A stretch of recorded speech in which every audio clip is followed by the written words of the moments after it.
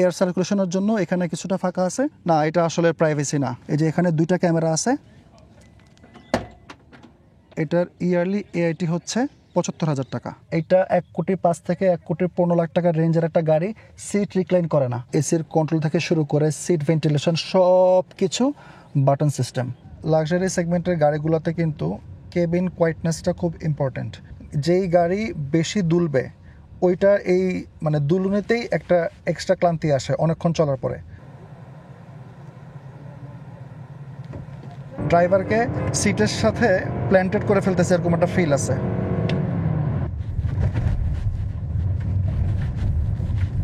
Overtake করার জন্য যতটুকু দরকার অ্যাক্সেলারেশন এখানে তার থেকে বেশি আছে। ইন্টেরিয়ার ফিট অ্যান্ড ফিনিশে আমি এটাকে ৮ দিতাম, কিন্তু পিছনের সিট যেহেতু রিক্লাইন হয় না, 7.5।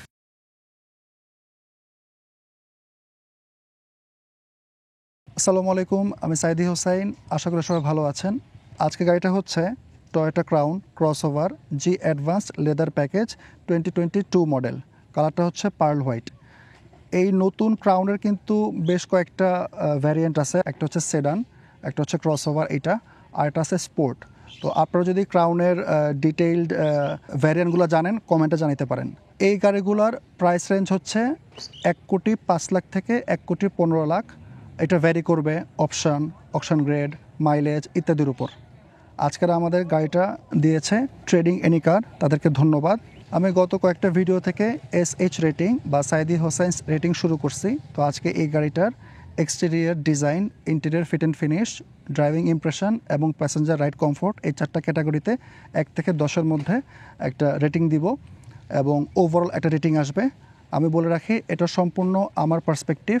এটা আপনার সাথে মিলতেও পারে, নাও মিলতে পারে। তো চলুন দেরি না করে শুরু করি।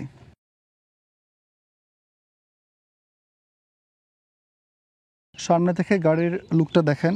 অনেকেই কিন্তু আগের যে সেডান ক্রাউনের যে শেপটা ছিল ওইটা পছন্দ করতো, আমারও ওই শেপটা পছন্দ। কিন্তু এখন টয়োটা নতুন এই ডিজাইন ল্যাঙ্গুয়েজে গেছে, এখন থেকে এটাই দেখতে হবে। এটার উপরে হয়তো বা রিফাইনমেন্ট আসবে। সামনে উইন্ডশিল্ডে একটা গ্রিনিশ টিন্ট আছে ইউভি প্রোটেকশনের জন্য। উপরে একটা ক্যামেরা আছে বা রেডার, এটার মাধ্যমে সে টয়োটা সেফটি সেন্সের ফাংশনগুলো কন্ট্রোল করে। আর হুডটা কিন্তু বিশাল বড়, সামনের সাইডটা স্লোপ হয়ে নেমে গেছে। এখানে আরেকটা ফিচার আছে, এটা হচ্ছে হেডলাইট ওয়াশার। হেডলাইটটা খেয়াল করেন, হেডলাইটটা কিন্তু দেখতে সুন্দর। উপরে যে পোর্শনটুকু এটা ডিআরএল এবং এটা কিন্তু এই পুরোটা জুড়ে ওই পর্যন্ত গেছে। আর এখানে 3টা হচ্ছে প্রজেকশন এলইডি, আর এটা হচ্ছে হাই বিম। আর ইন্ডিকেটর লাইটটা হচ্ছে এতটুকু। গাড়িটা যেহেতু পার্ল হোয়াইট, তো এই হোয়াইটের সাথে এই ব্ল্যাকটা অনেক কন্ট্রাস্ট একটা লুক দিতেছে। এবং এই পোর্শনটুকু হচ্ছে গ্লসি ব্ল্যাক, অনেকে পিয়ানো ব্ল্যাক বলতে পারেন। আর সামনের বাম্পারে 4টা পার্কিং সেন্সার আছে, 1টা 2টা, ওই পাশে আরও 2টা, টোটাল 4টা। আবার নিচে এই পোর্শনটুকু একটা সেটিন একটা ফিনিশ আছে, এটা আমার দেখতে ভালো লাগে। আবার নিচে পিয়ানো ব্ল্যাকের। খেয়াল করেন সামনের গ্রিলটা এত বড়, এটা কিন্তু সিলড অবস্থায় আছে, কিন্তু কিছু এয়ার সার্কুলেশনের জন্য এখানে কিছুটা ফাঁকা আছে, আবার উপরে আছে। এখানে একদমই দেখা যায় না। এটা হচ্ছে 360 ক্যামেরার সামনের ক্যামেরাটা।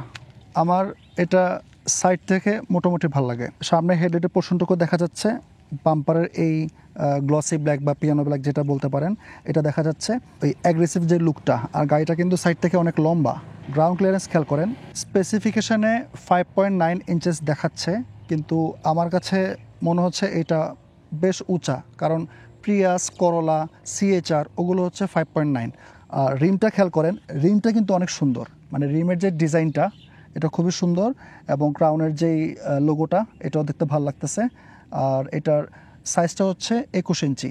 আর এটার টায়ারটা আসছে মিশেলিন প্রিমেসি ফ্যাক্টরি টায়ার, মানে টয়োটাই দেয়। আর এটার সাইজটা হচ্ছে 225, 45 আর 21। এটার সামনে ডিস্ক ব্রেক আছে, পিছনেও disc brake, 4 disc brake. Side মিররের এই জায়গাতে একটা ক্যামেরা আছে, 360 পার্ট। আর এছাড়া এই যে দামি গাড়ি বা ক্রাউন একটা লাক্সারি ক্যাটাগরি গাড়ি, তাই নিকেল বা ক্রোমের ফিনিশ উপর দিয়েও আছে উইন্ডোর, আবার এই পাশ দিয়েও আছে। সামনের এই উইন্ডোটাতে গ্রিনিশ একটা টিন্ট আছে ইউভি প্রোটেকশনের জন্য। এই সেম জিনিসটা পিছনেও দিছে, কিন্তু পিছনেটা একটু ডার্ক লাগতেছে। না, এটা আসলে প্রাইভেসি না, মানে ওভারঅল লাইটিংয়ের কারণে লাগতেছে। নিচে আরেকটা গ্লসি একটা ফিনিশ আছে, আর এটা হচ্ছে ম্যাট ব্ল্যাক। এটা হচ্ছে ফুয়েল ট্যাঙ্কের ক্যাপ। এটার ট্যাঙ্ক ক্যাপাসিটি হচ্ছে 55 লিটার। আর পিছনের সাইডে এখানেও টেল লাইটের পোর্শনটা দেখা যায়। পিছন থেকে গাড়িটা খেয়াল করেন, আমার পার্সোনালি এই টাইপের ওভাল বা এরকম রাউন্ড শেপের ডিজাইন তেমনটা পছন্দ না, কিন্তু এটার অবশ্যই ফাংশনালিটি আছে যেহেতু টয়োটা বানাইছে, আর যেহেতু টয়োটা বানাইছে আমরা কিনবো। উপরে হচ্ছে একটা শার্ক ফিন অ্যান্টেনা, এটার মাধ্যমে সেলুলার কানেক্টিভিটি, জিপিএস ইত্যাদি কন্ট্রোল করে। আর পিছনে যে উইন্ডশিল্ডটা এটা বড় আছে কিন্তু অনেক স্ল্যান্টেড, মানে এটা আসলে চালানোর সময় দেখতে হবে যে ভিতরে রিয়ার ভিউ মিরর দিয়ে কতটুকু দেখা যায়। এই যে এখানে দুইটা ক্যামেরা আছে, একটা হচ্ছে 360 পার্ট আর একটা হচ্ছে ডেডিকেটেড রিয়ার ভিউ মিররের জন্য।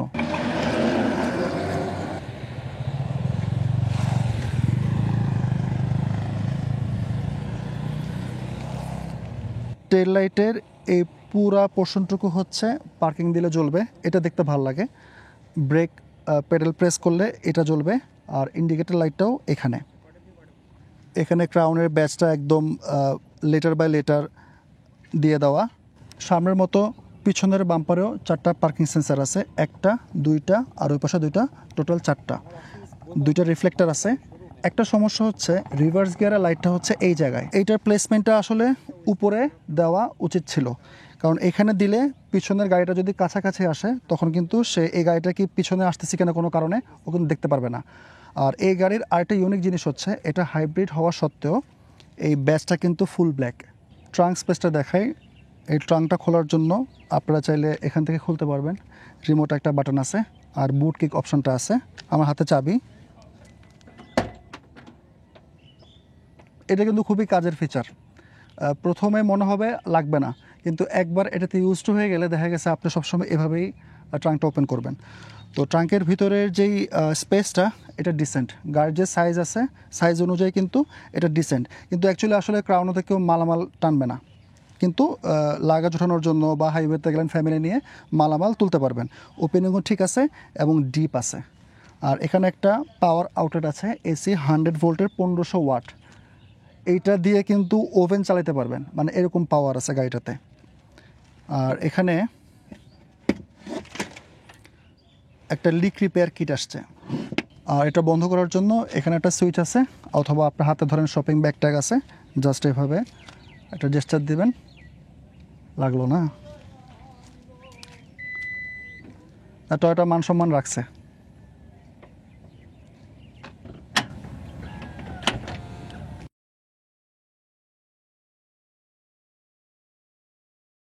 ইঞ্জিন বেটা দেখাই।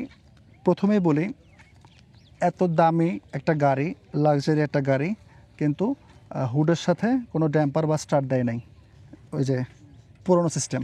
এবং টয়োটা এগুলো দিয়েই কেন জানি পার পেয়ে যায়, কারণ আমরা কিনবো। হুডের নিচে একটা কভার আছে যেটার কারণে ইঞ্জিনের হিটটা হুড পর্যন্ত যাবে না, রংটা ভালো থাকবে, এটা ঠিক আছে। ইঞ্জিনের এই যে বেটা, এটা দেখলে একটু হিজিবিজি লাগতেছে আর কি আমার কাছে।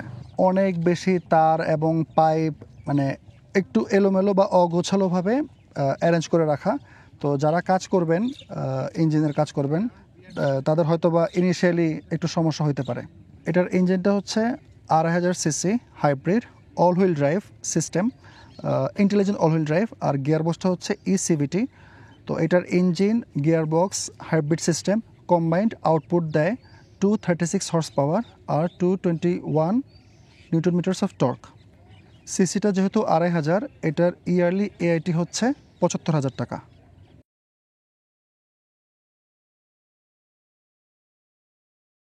রিয়ার কেবিন স্পেসটা দেখাই।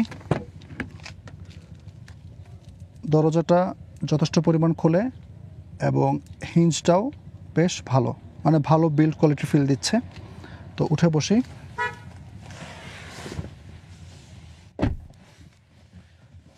উঠে বসার পরে একদম প্রথমে যে ফিল হয়েছে, আমি সিটের মধ্যে ঢুকে গেছি। মানে এটা আমি একটু আগেই চেক করছিলাম। এই গাড়িতে, মানে গাড়িটার নাম হচ্ছে টয়োটা ক্রাউন, একটা লাক্সারি লাইন ওদের, এবং অনেক দামি একটা গাড়ি, অ্যাটলিস্ট আমাদের দেশের প্রেক্ষাপটে। এখানে সিট রিক্লাইন করা যায় না, মানে পিছনের সিটটা, এই যে আমি বসছি যে পজিশনে আছি এভাবেই থাকবো, সিট রিক্লাইন করা যায় না। তো এটা বসার সাথে সাথেই ফিল হচ্ছে। এমনিতে সিট কমফোর্টেবল, লেদার সিট, লেদারটা সফট, এখানে কোনো সমস্যা নেই, সিটটা কমফোর্টেবল, কিন্তু মানে সিট রিক্লাইন হয় না। আমি অবাক হয়ে যাই, এবং টয়োটা এই টাইপের কাজ করে কিন্তু পার পেয়ে যায়। কারণ ওরা রিলায়েবল, ওয়ার্ল্ড ওয়াইড রিলায়েবল, এটা আমি অস্বীকার করি না। কিন্তু ক্রাউনের মতো একটা গাড়িতে অ্যাটলিস্ট ক্রাউনের নামটার জন্য ওদের এই গাড়িতে কোনো ফিচার অমিট করা উচিত ছিল না। এই ডোরটা থেকে শুরু করি। উপরে পোর্শনটুকু লেদার না, কিন্তু সফট টাচ একটা ম্যাটেরিয়াল। এখানে স্যাটিন ফিনিশ ডোর হ্যান্ডেল, আর নিচের এই জায়গাটা দিচ্ছে প্লাস্টিক, যেখানে আর কি উইন্ডোর সুইচটা। তারপরে একটা ব্রাউন বা ব্রোঞ্জ কালারের একটা অ্যাকসেন্ট আছে যেখানে হাত রাখবো, এটা লেদার সফট টাচ। ডোরের এই স্টোরেজটা কিন্তু বেশ ভালো, ডিপ এবং যথেষ্ট ওয়াইড। একটা নর্মাল সাইজ ফোন এখানে আরামসে এটা যাচ্ছে। যদি প্রো ম্যাক্স বা এক্সেল বা আলট্রা যেই টাইপের ফোনই হোক না কেন, এটা এখানে এটা যাবে। তো এটা খুবই ইউজফুল এই স্টোরেজটা। নিচে একটা বোতল হোল্ডার আছে, শুধু এতটুকুই, আর বেশি তেমন স্টোরেজ নাই। আর স্পিকারটা হচ্ছে নিচে। গাড়িতে কিন্তু জায়গার অভাব নাই, এনাফ টো রুম, এনাফ নি রুম, হেড রুমও ভালো। কিন্তু মানে আমি জাস্ট মানে ভিতরে ঢুকে আটকাই গেছি এরকম একটা ফিল।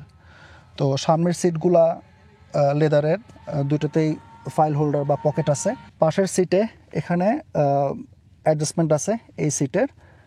চাইলে ড্রাইভার এই সিটটা আকপিচ করতে পারবে ড্রাইভার সিটে বসে। এসি ভেন্ট আছে দুইটা, যেটা খুবই কাজের। দুইটা USB-C চার্জিং পোর্ট আছে, অ্যাটলিস্ট এটা ভালো একটা জিনিস দিছে।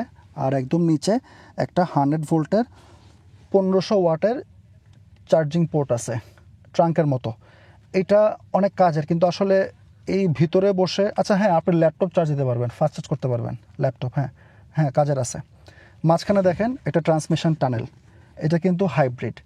অল হুইল ড্রাইভ ঠিক আছে, কিন্তু এটার সামনে একটা মোটর, পিছনে একটা মোটর, ওটা দিয়ে কিন্তু সে চাকাগুলো কন্ট্রোল করে। এই ট্রান্সমিশন টানেল দিয়ে ওরা ভিতর দিয়ে কী নিছে এটা আমার জানা নাই। আপনারা যদি কেউ জানেন এই ট্রান্সমিশন টানেলের কাজটা কি, তাহলে কমেন্টে জানাতে পারেন। খেয়াল করে দেখেন গাড়ি কিন্তু অনেক ওয়াইড। এটা যদি না থাকে তখন কিন্তু এখানে 3 জন বসতে পারবে। হ্যাঁ, মাঝখানে সিটটা একটু উঁচা, একটু আনকমফোর্টেবল লাগবে, কিন্তু এটার জন্য এটা 2 জনের। হ্যাঁ, এটা একটা লাক্সারিয়াস গাড়ি, আমি স্বীকার করতেছি। এখানে 2 জন বসবে, মাঝখানে আর্মরেস্টটা নামাই দিয়ে বসবে, সেই হিসেবে ঠিক আছে। তো আর্মরেস্টের এই লেদার যেটা খুবই সফট, আরামদায়ক। 2টা কাপ হোল্ডার আছে, আইসোফিক্স পয়েন্ট আছে চাইল্ড সিট অ্যাটাচ করার জন্য। তো ওভারঅল আমার পিছনে বসে খারাপ লাগতেছে না, বেশ ভালো, সিম্পল এবং স্লিক একটা ডিজাইন। কিন্তু সিট রিক্লাইন করে না, সিট রিক্লাইন করে না। এটা 1,05,00,000 থেকে 1,15,00,000 টাকার রেঞ্জের একটা গাড়ি, সিট রিক্লাইন করে না, কারণ এটা টয়োটা। ড্রাইভার কেবিন স্পেসটা দেখাই। এই দরজাটার ওপেনিংটাও যথেষ্ট ভালো, উঠে বসতে ইনশাল্লাহ কোনো সমস্যা হবে না। ড্রাইভারের সিটের অ্যাডজাস্টমেন্ট হচ্ছে পাওয়ার, সাথে লম্বা সাপোর্ট আছে, যেটা আমার জন্য খুবই দরকার। উঠে বসলাম, এই যে দেখেন উঠে বসার পরে মানে খুব ভালো লাগতেছে, যেহেতু সিট রিক্লাইন করা যায়।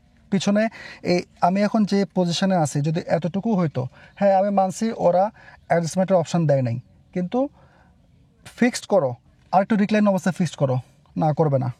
তো গাড়িটা স্টার্ট দিয়ে খেয়াল করেন, সিটটা আগায় আসলো, স্টিয়ারিংটা আমার পছন্দ মতো জায়গায় চলে আসলো। এটা কিন্তু খুবই কাজের, কারণ আবার যখন আমি নামবো, স্টার্ট বন্ধ করব, তখন কিন্তু সিটটা আবার পিছনে চলে আসবে।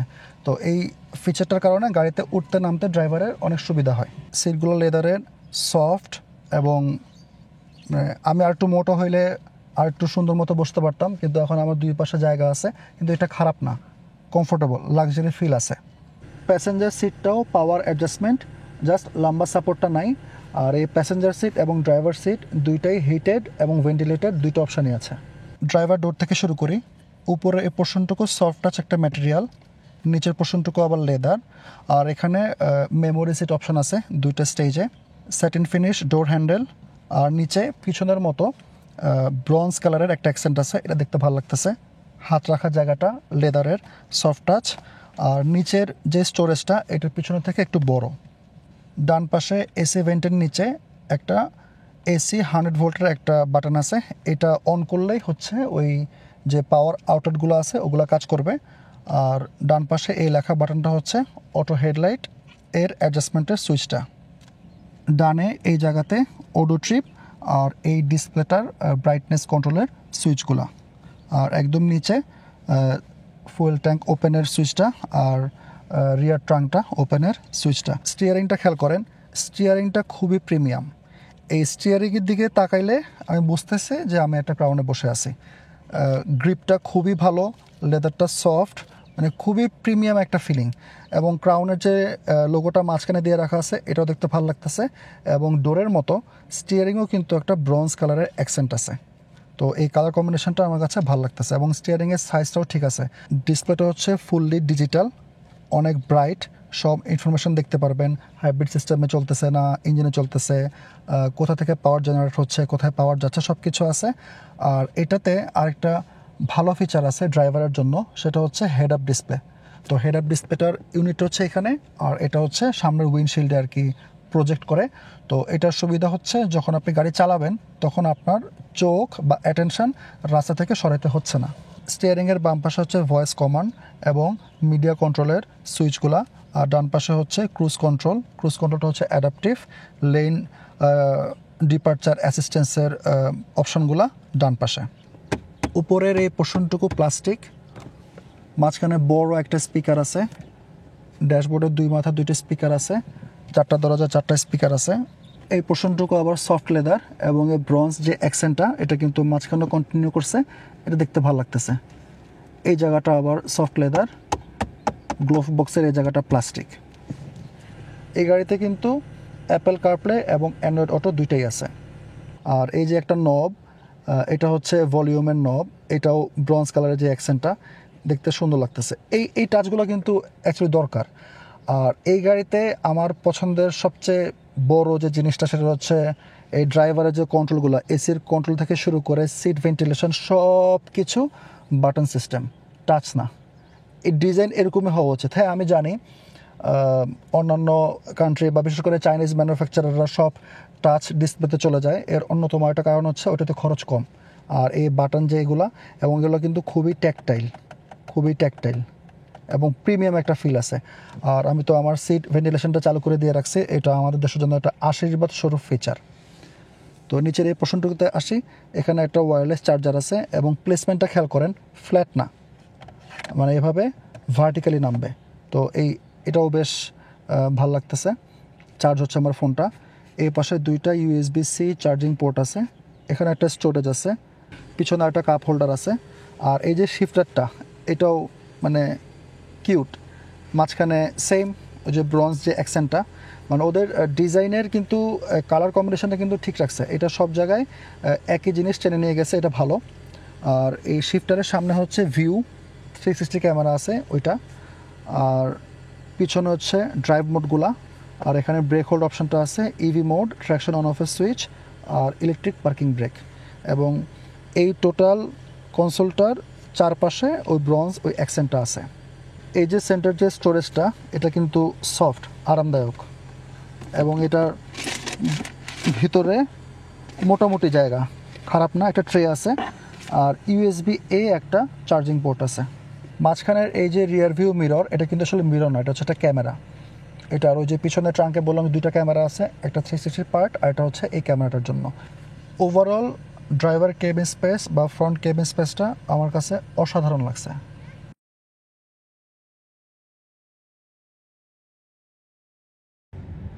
প্যাসেঞ্জার রাইড ইমপ্রেশন, প্রথমেই বলি যে সিটটা কমফোর্টেবল আছে, লেদারটা সফট, কোনো সমস্যা নাই, কিন্তু এটার কোনো অ্যাডজাস্টমেন্ট নাই। মানে আমি যদি আরেকটু টিল্ট করে বা একটু রিক্লাইন করে বসতে পারতাম তখন কিন্তু আরাম অনেক বেড়ে যেত, তো ওই জিনিসটা নাই। কিন্তু ভিতরে জায়গার অভাব নাই, মানে যদি দুইজন পিছনে বসে হ্যান্ড রেস্টে হাত রেখে বসে খুবই কমফোর্টেবল একটা এক্সপিরিয়েন্স হবে। এবং গ্লাসগুলো কিন্তু যথেষ্ট বড়, বাইরে থেকে পর্যাপ্ত পরিমাণ আলো ঢুকতেছে, সাফোকেটেড লাগে না। আর ফুল ব্ল্যাক ইন্টেরিয়ার হওয়াতে অনেক বেশি ফ্ল্যাশি কোনো কিছু লাগে না। এসি ভেন্ট আছে, চার্জিং পোর্ট আছে, একটা পাওয়ার আউটলেট আছে, তো এগুলোও একটা কনভেনিয়েন্স ফিচার বলতে পারেন রিয়ার প্যাসেঞ্জারের জন্য। আর একটা জিনিস হচ্ছে লাক্সারি সেগমেন্টের গাড়িগুলোতে কিন্তু কেবিন কোয়াইটনেসটা খুব ইম্পর্ট্যান্ট। মানে বাইরে তো এতক্ষণ মোটামুটি 70-80-তে চলতেছিলাম, তো বাইরের সাউন্ড ভিতরে একদমই আসতেছে না। 21 ইঞ্চি চাকা যখন বড় হয় তখন কিন্তু অনেক সময় টায়ার নয়েজটা কেবিনের ভিতরে আসে, কিন্তু এই নয়েজটা ভিতরে একদমই আসতেছে না। মোট কথা এই গাড়ির সাউন্ড যে ইনসুলেশনটা এটা খুবই ভালো, এবং এইটাই প্রিমিয়াম ফিলটা নিশ্চিত করে। সাসপেনশনের ফিডব্যাকটা যদি বলি, এই যে গর্তে পড়তেছে, ভাঙায় পড়তেছে, একদমই ধাক্কাগুলো কোমর পর্যন্ত আসতেছে না। আর গ্রাউন্ড ক্লিয়ারেন্স যেহেতু বেশ ভালো, সেই হিসেবে নিচে লেগে যাওয়ার চান্সটাও অনেক কম। এটা কিন্তু বেশি দরকার হচ্ছে হাইওয়েতে, কারণ হাইওয়েতে যারা রেগুলার ট্রাভেল করেন প্যাসেঞ্জার সিটে, তারা খেয়াল করবেন, আমি আমার এক্সপিরিয়েন্সটা বলতেছি, যদিও আমি পিছনে বসে আমি চালাতে থাকি। তো সেটা হচ্ছে হাইওয়েতে আমাদের দেশের রাস্তা তো ধরেন সবখানে একরকম না। তো গাড়ি যদি সাসপেনশন নরম হয় বা সফট হয় এবং বেশি দুলে, তখন কিন্তু অনেকক্ষণ ট্রাভেল করার পরে একটা আলাদা ক্লান্তি আসে। কিন্তু এটা আমি তো আজকে বললাম, আপনারা একটু খেয়াল করে দেখেন, যেই গাড়ি বেশি দুলবে ওইটা দুলুনিতেই একটা এক্সট্রা ক্লান্তি আসে অনেকক্ষণ চলার পরে, কিন্তু এটা তো ওইটা আসবে না ইনশাল্লাহ। কিন্তু আবার যে স্টিফনেসের জন্য যে কমফোর্ট কম হচ্ছে এরকম কিন্তু কোনো ব্যাপার না। সিটের লেদারটা সফট, এটাও একটা ইফেক্ট ফেলতেছে, কিন্তু তারপরেও সাসপেনশনটা বেশ ভালো।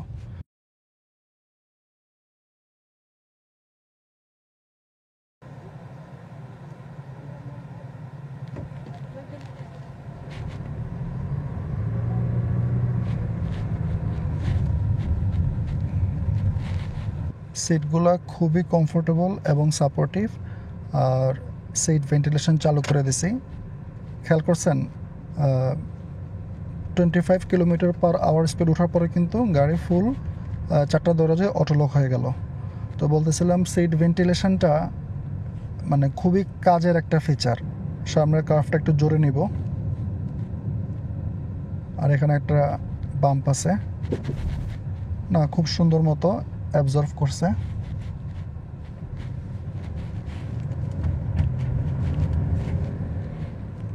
হালকা স্লাইড করছে, কিন্তু প্ল্যান্টেড একটা ফিল আছে। এই গাড়িটা নাম ক্রাউন, মনে হবে যে অনেক লাক্সারি, কিন্তু ড্রাইভিং ফিলটা এখন পর্যন্ত স্পোর্টি মনে হচ্ছে। একটু অ্যাক্সেলারেশনটা দেখি,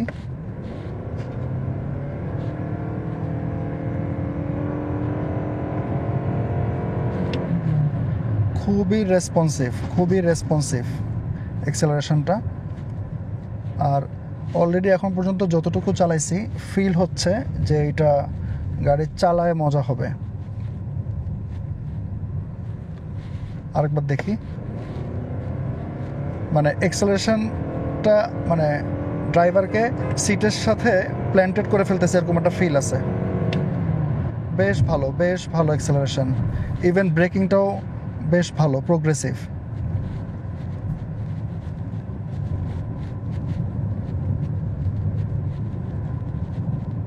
যে সাসপেনশন টেস্ট শুরু হইলো, একদমই ফিল হয় নাই।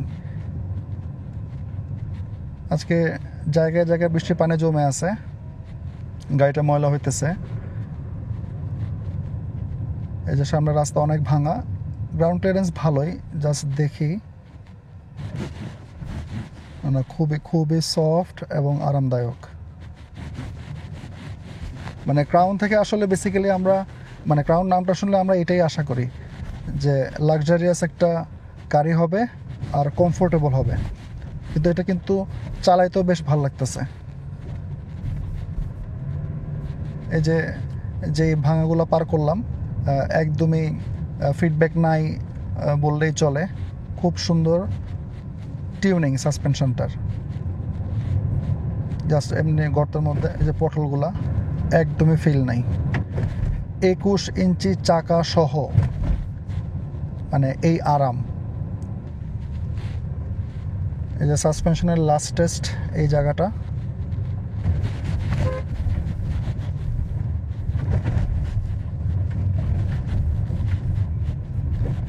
খুবই ভালো ফিডব্যাক। গাড়িটা ক্রস ওভার, কিন্তু কেন জানি মনে হচ্ছে এটা ড্রাইভার যেন চালায় মজা পায়, বা ড্রাইভারের যে কন্ট্রোলটা দরকার, যে কনফিডেন্সটা দরকার, ওই দিকে টয়োটা খেয়াল রাখছে। ভিজিবিলিটি অসাধারণ, মানে গাড়িটা কিন্তু বড়, কিন্তু ভিতরে ওই ফিলটা আসতেছে না। প্লাস আমি তো আজকেই প্রথম চালাচ্ছি, এই যে রিয়ার ভিউ মিররটা, এটা কিন্তু আসলে মিরর না, এটা ক্যামেরা। মোটামুটি এইচডি না হইলেও 720p রেজলিউশন। রাতের বেলা হয়তো কাজ ভালো দিবে, আমি শিওর না, কিন্তু এটা মিরর না, এটা ডিরেক্ট ক্যামেরা। যে স্টিয়ারিংয়ের ফিডব্যাকটা বেশ ভালো, মানে ক্রস ওভার ক্যাটাগরির একটা গাড়ি, কিন্তু ওরা আসলে এই ক্রাউনের নতুন সিরিজগুলোতে একটা মিক্সচার করে ফেলছে। এটা বলতেছে ক্রস ওভার, ভিতরে জায়গা সেডানের মতো, আবার চালাইতে স্পোর্টি, মানে একটা মানে হজবরল অবস্থা। সামনে একটা কার্ভ আছে, আমরা এই কার্ভটা 80-তে নিব। কোনো ফিল হবে না, এটা আমি আগেই বলতে পারি। বেশ ভালো, একদমই যে সেকেন্ড লেনেই থাকবো।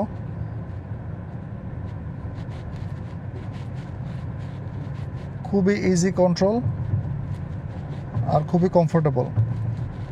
আমাদের উচিত লেন মেনটেন করে চলা। এই যে আমি সেকেন্ড লেনে আসি, নর্মালি ডান পাশের লেনটা ফাঁকা রাখতে হয় আপনার থেকে বেশি স্পিডে গাড়িগুলোর জন্য, কিন্তু আমরা দেখা গেছে একদম ডান পাশে যে আস্তে আস্তে চালাই। এক্সেলারেশনের যে সুবিধাটা, এই গাড়িটা কিন্তু নিয়ে রেগুলার হাইওয়েতে যাওয়া যাবে, গ্রাউন্ড ক্লিয়ারেন্স যথেষ্ট। তো তখন ওভারটেক করার জন্য যতটুকু দরকার এক্সেলারেশন, এখানে তার থেকে বেশি আছে। তো সেই হিসেবে ড্রাইভারকে অনেক বেশি কষ্ট বা অনেক বেশি এফোর্ট দিতে হবে না। সামনে ইউটার্নটাতে দেখবো যে টার্নিং রেডিয়াসটা কেমন।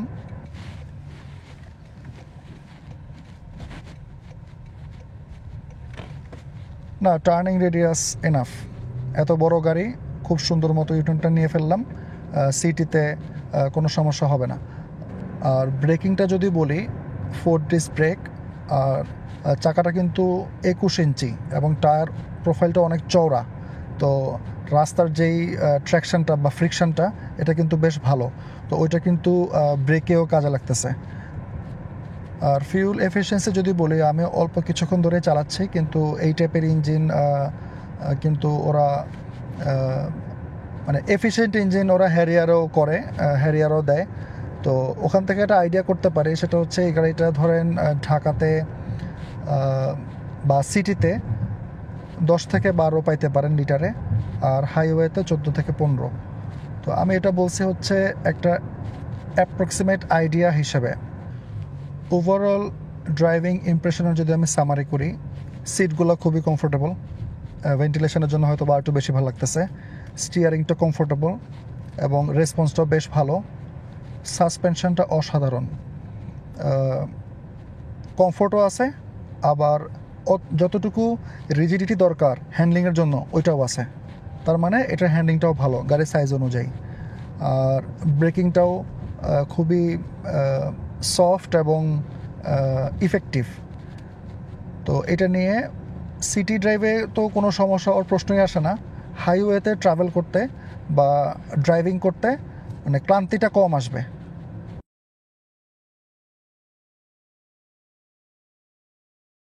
সবশেষে বলতে চাই, এই গাড়িটা কাদের জন্য? যারা টয়োটা কিনবেন, এটা তাদের জন্য।